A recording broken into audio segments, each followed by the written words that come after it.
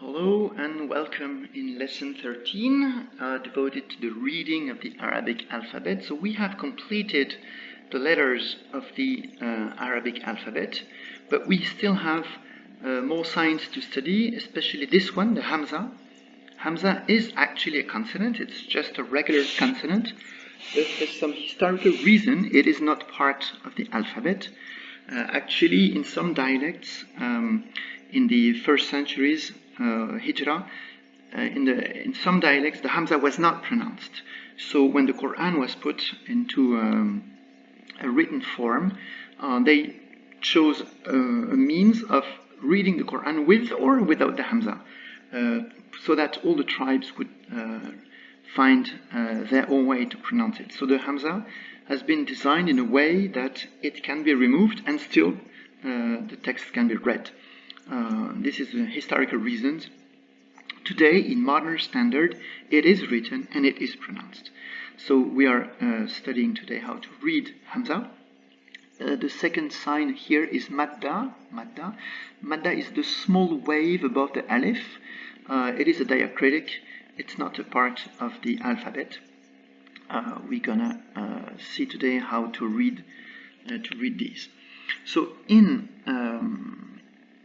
Arabic, when you say actually Arabs consider that there is a consonant here. It's a glottal stop, which is before the vowel a.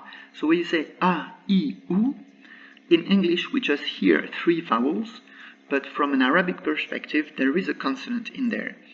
And that consonant can be in the middle of the word and at the end of the word as well. So that I can say, for example, ba'a, then this consonant is in the middle. So of course in English we have it in the beginning, like a, aba, abu, so it's in the beginning. This is obvious for us. But in Arabic you can have it in the middle, like ba'a, and this consonant is Hamza. It's in the middle, equal. It can also be at the end, like ba. So this is what Hamza is. It's just a glottal stop, which can be at the beginning, at the middle, and at the end of the word. This is the sign for Hamza. It is pretty simple. You can have a, u, I, or un, in, but of course if you have an, then you need the alif, just like for any consonant. The problem is that in most of the cases, Hamza needs a chair to sit on, kursi. So, and the rules for deciding which kursi to apply are not easy. We're not going to see them today, but it's enough for you to know that they are different, and we will see them, different kursi to sit the Hamza on, depending on the vocal context, the vowels before and after the Hamza. And there is a hierarchy of the vowels. So as for any consonant, any of the Arabic alphabet, we have different possibilities depending on whether the Hamza is at the beginning, middle, or the end of the word. If it's at the beginning, then we have it sits on an alif. So its kursi, its chair, is an alif. This is true for the fatha and the dhamma. But if the Hamza is with a kasra, then its chair is, it sits below the alif. So this is the three possibilities for the initial Hamza. A, u, I. From the pronunciation, it's very easy. It's just like a, u, I. No problem. This is the initial Hamza. Then for the middle Hamza, we have four possibilities depending on the vowel context. The first possibility is to put it on a ya.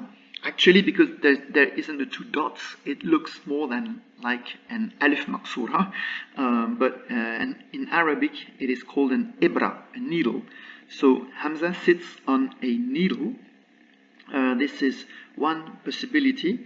And then the vowel can be a, u, or I, or sukun. So here, regardless of the shape of the kursi, we can have it can be pronounced a, u, I, or sukun. No vowel. It's just the glottal stop.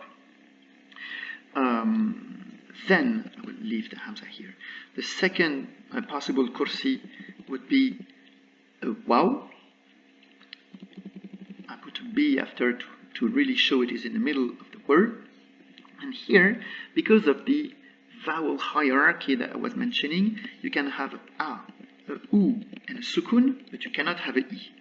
Okay, so the first one has the 4 possibilities, a, I, u, sukun. The second one has only 3 possibilities, a, u, sukun. Okay, the third possible kursi is the alif.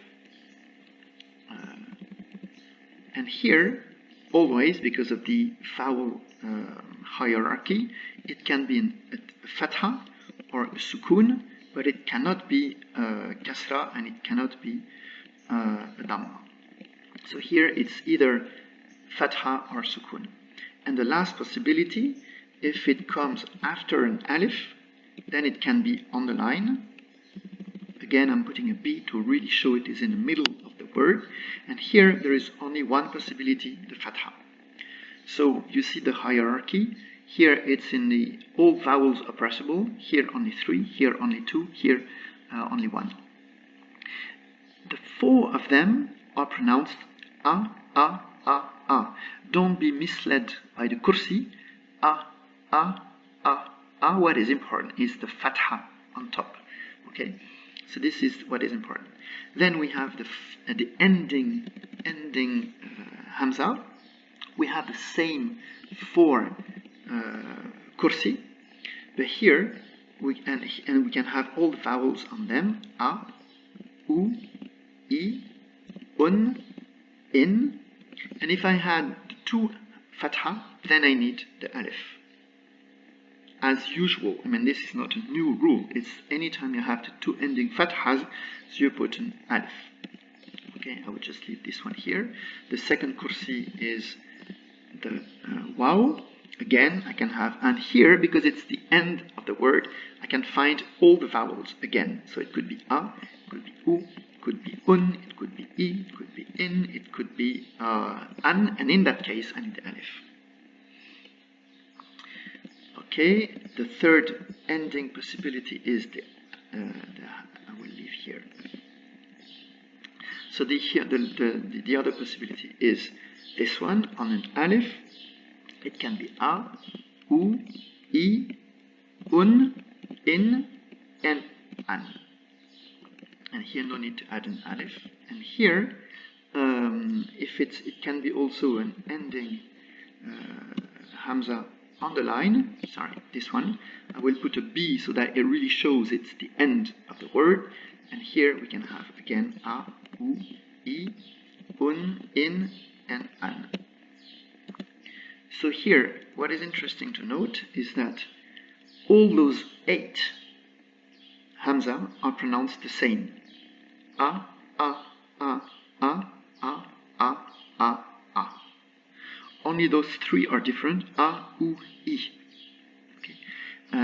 And if I wrote something like this, this could be u, u. So this is pronounced u, this is pronounced u. I cannot have a u here, but I can have it here.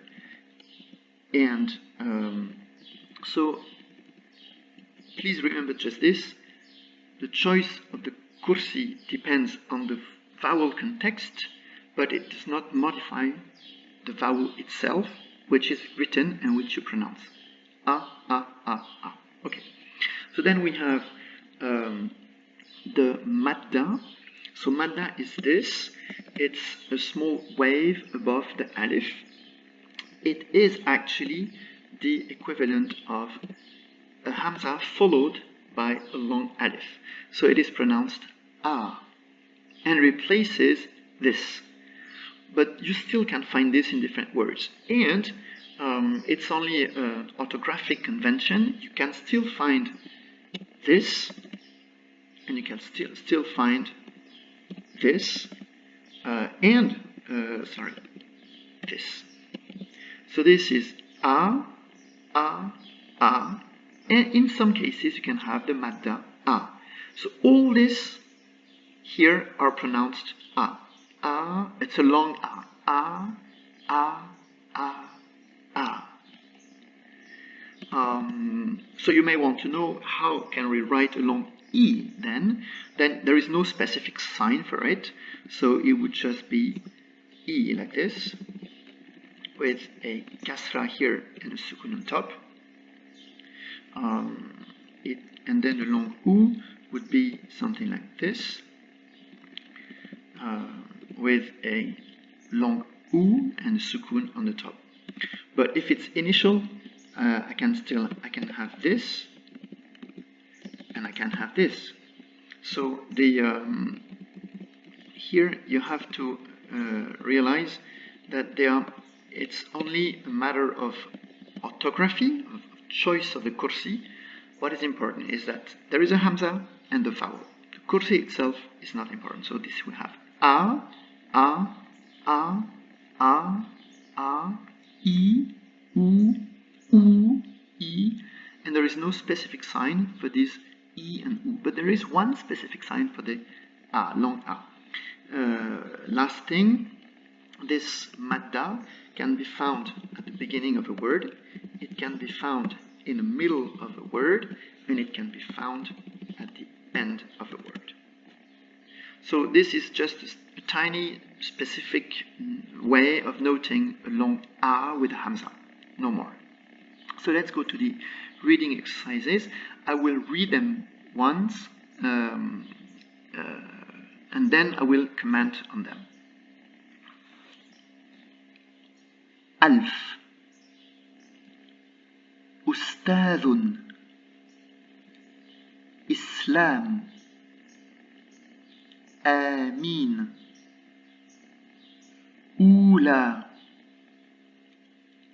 إيمان فئة وئام